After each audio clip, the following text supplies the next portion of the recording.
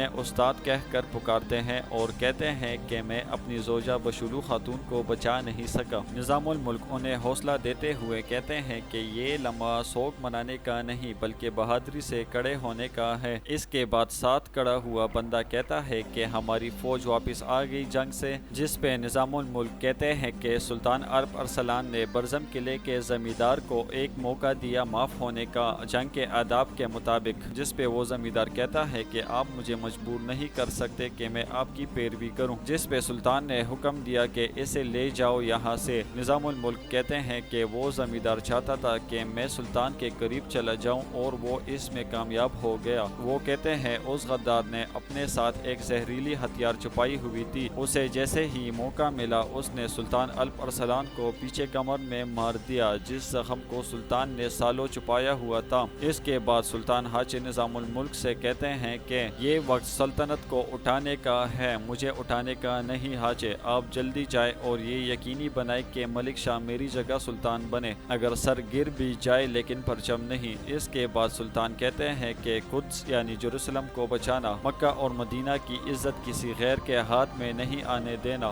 آپ حملہ کرنا کنسٹنٹینوپول یعنی قسطنطنیہ پہ ملک شاہ کے ساتھ، اسے ایسے کرنے میں مدد کرو تاکہ وہ ظلم کو مار سکے۔ وہ کہتے ہیں کہ یہ وقت ہے جو سلطنت ہمیں اللہ کی طرف سے دی ہوئی تھی اسے ہم کسی اور کو دے دیں جو اسے سنبھال سکے۔ اس کے بعد وہ کلمہ پڑھتے ہیں اور شہادت انہیں نصیب ہوتی ہے۔ اس کے بعد ہاچے نظام الملک ملک شاہ کو کہتے ہیں کہ یہ وقت غمگین ہونے کا نہیں۔ وہ ملک شاہ کو ہوشیار کرتے ہیں کہ سلطنت میں بغاوت ہو سکتی ہے اگر تخت زیادہ دیر خالی رہے۔ وہ کہتے ہیں کہ آپ کو تخت پہ جلدی بیٹھ جانا چاہیے۔ ملک شاہ بار بار بابا بابا پکار رہے ہوتے ہیں۔ اس کے بعد ملک شاہ اپنے ہوش کھو جاتا ہے۔ ہاچے انہیں حوصلہ دینے کی کوشش کرتا ہے اور کہتا ہے کہ یہ وہ دن ہے جس پہ تمہیں مضبوط بننا ہے، اب تم سلطان ہو، تم اپنی راہ پہ جلد سے جلد جاؤ۔ اس کے بعد ملک شاہ کہتے ہیں کہ میرے بیٹے کا کیا ہوگا، جس پہ ہاچے کہتے ہیں کہ بشولو خاتون آپ کی خاتون بھی تھی، پھر بھی آپ اس کی جلا وطنی روک نہ سکے، اگر یہ خبر کسی اور کو پتہ لگی کہ آپ کا بشولو خاتون سے بچہ بھی ہے، یہ خبر سلجوق خاندان اور سلطنت دونوں کو ختم کر دے گی۔ اور ہاچے اور بھی کہتا ہے کہ جیسے کہ آپ کو پتہ ہے کہ جلا وطن ہونے والی خاتون سے بیٹا جائز رکن نہیں ہوتا خاندان میں۔ اس کے بعد ہاچے ملک شاہ سے کہتے ہیں کہ یہ بیٹا مجھے دے دو اور کہتے ہیں کہ آپ کو منتخب کرنا ہوگا اپنی اولاد اور سلطنت میں۔ اس کے بعد ہاچے کہتے ہیں کہ آپ نے اگر سلطنت کو مخاطب نہیں کیا تو نہ سلطنت رہے گی اور نہ بچے۔ ملک شاہ سلطنت کو منتخب کرتے ہیں۔ وہ ہاچے سے کہتے ہیں کہ مجھے اب کیا کرنا چاہیے، جس پہ ہاچے کہتے ہیں کہ میں احمد کو اپنی کمانڈ میں لے لوں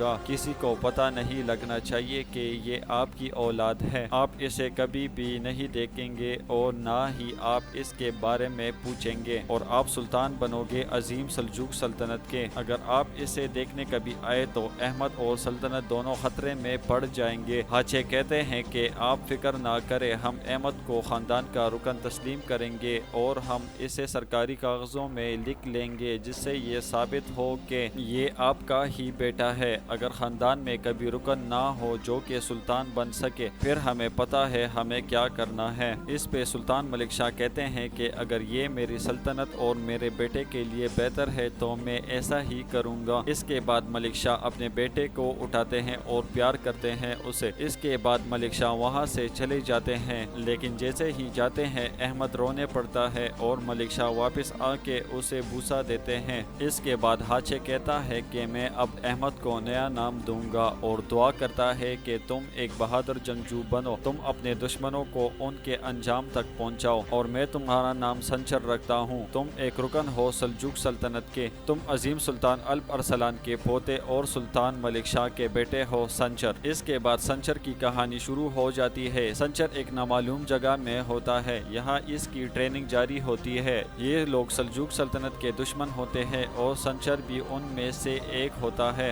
یہ ان دشمنوں کا ایک ٹیسٹ ہے جسے سنچر پاس کر لیتا ہے، لیکن اس کے پاؤں بہت بری طرح زخمی ہو جاتے ہیں۔ اس کے بعد ان کا ایک کمانڈر سنچر سے مخاطب ہو کے کہتا ہے کہ تم بنا نظروں کے بھی دیکھ سکتے ہو، تم نے ہمارا سب سے مشکل ٹیسٹ پاس کر لیا ہے۔ اس کے بعد وہ سنچر سے پوچھتا ہے کہ تم ہمارے عظیم مقصد باطنی جو کہ ہمارے عظیم امام اسماعیل کے لیے تیار ہو، اور بغداد کے جھوٹے خلافت کو ختم کرنے میں ہمارا ساتھ دو گے، اور سلجوق شیطانی سلطنت کے خلاف فتح یاب ہونے میں ہمارا ساتھ دو گے۔ اس پہ سنچر کہتا ہے کہ میری جان بھی آپ پہ قربان ہے۔ اس کے بعد وہ کمانڈر سنچر کو ایک ریڈ پٹی پہناتا ہے اور کہتا ہے کہ یہ ریڈ پٹی نشان ہے کہ تم نے ہمارے مقصد کے لیے اپنا خون بہایا ہے، یہ ایک نشانی ہے کہ تم ہمارے چیف دائی یعنی کہ باطنی کے سردار کے ساتھ وفادار ہو۔ اس کے بعد وہ کمانڈر کہتا ہے کہ تم ہمارے ایک ممبر بن گئے ہو۔ سنچر کہتا ہے کہ مجھے چیف دائی یعنی کہ باطنی کے سردار سے ملاقات کا موقع کب ملے گا؟